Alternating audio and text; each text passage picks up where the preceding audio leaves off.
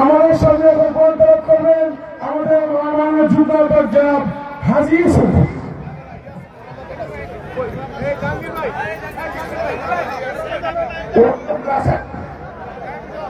আমাদের মাঝে আমাদের সামনে উপস্থিত হয়েছেন হাফেজ মাওলানা জাহাঙ্গীর আলম উত্তর আহ্বায়ক এবং আসসালামু আলাইকুম ওয়া রাহমাতুল্লাহি ওয়া বারাকাতুহু। আউযু বিল্লাহি মিনাশ শাইতানির রাজীম। বিসমিল্লাহির রাহমানির রাহিম। ইয়া আইয়ুহাল্লাযীনা আমানু ইত্তাকুল্লাহা ওয়াল তানজুর নাফসুম ولتنظر نفس ما قدمت لغد واتقوا الله إن الله خبير بما تعملون ولا تكونوا كالذين نسوا الله فأنساهم أنفسهم أولئك هم الفاسقون صدق الله العظيم। এই পর্যায়ে আপনাদের মধ্যে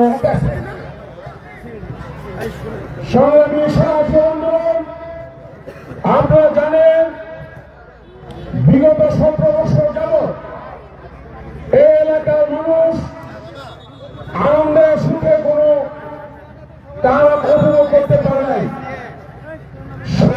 শেখ হাসিনার অত্যাচারে এই এলাকার মানুষ অসুস্থ ছিল।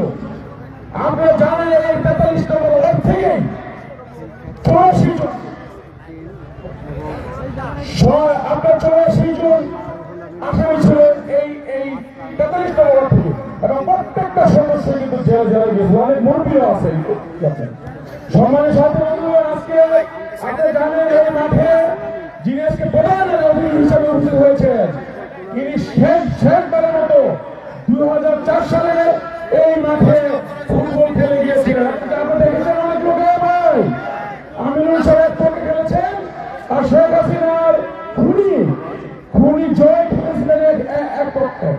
শেখ হাসিনার খুনিরা হেরেছিলেন, আমাদের আহ্বায়ক সাহেব এই মাঠে জিতেছিলেন। আপনারা জানেন ইনশাআল্লাহ আমাদের ভারপ্রাপ্ত চেয়ারম্যান হিসেবে নেতৃত্বে আজকে 17 বছর আন্দোলন সংগ্রামের মধ্য দিয়ে আজকে বাংলাদেশ স্বাধীন হয়েছে, জনগণ স্বাধীন হয়েছে, 43 নম্বর স্বাধীন হয়েছে, ক্রিকেট দল স্বাধীন হয়েছে।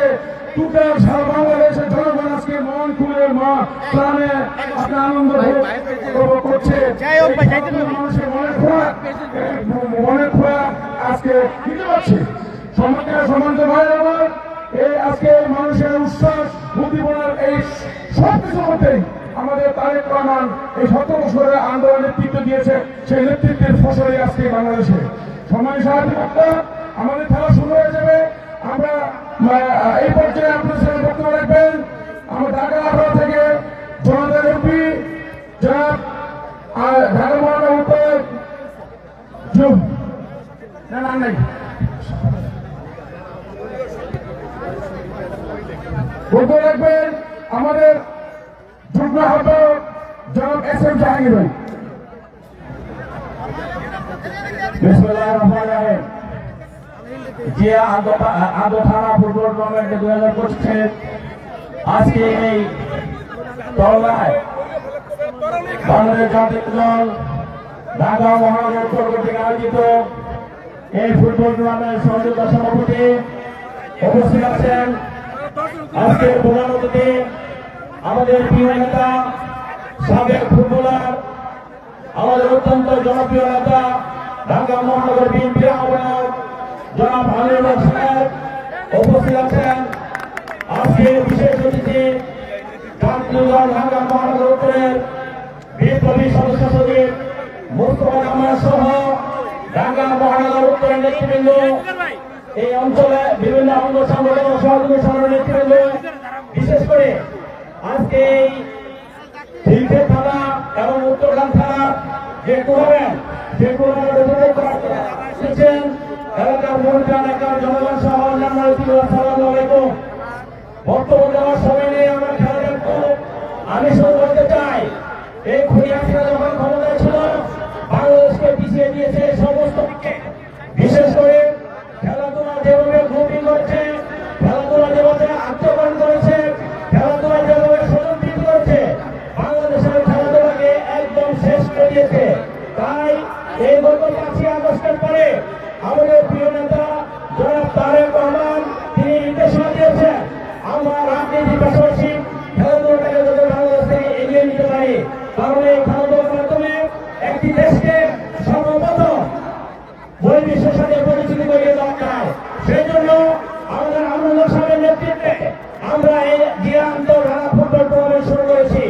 আমরা বিশ্বাস করি এই ঢাকা মহানগর উত্তর যেমন ফুটবল শুরু হয়েছে, ক্রিকেট শুরু হয়েছে, সারা বাংলাদেশব্যাপী এবং অন্যান্য খেলাধুলাকে আমরা এগিয়ে নিয়ে যাওয়ার জন্য আমরা এই সমস্ত টুর্নামেন্টের কার্যক্রম এগিয়ে নিয়ে যাব। আমরা বিশ্বাস করি একটি ভঙ্গুর বাংলাদেশকে এই খেলাধুলার মাধ্যমে তাদের প্রধানের নেতৃত্বে আমরা সারা পৃথিবীর মানুষ চিনবে, এটাই হলো আমাদের প্রত্যাশা।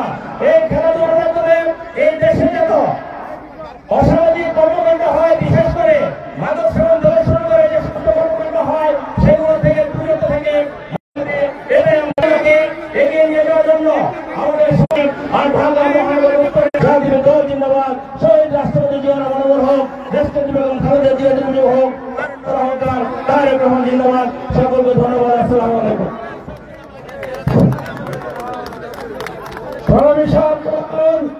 এই পর্যায়ে আপনাদের সামনে বক্তব্য রাখবেন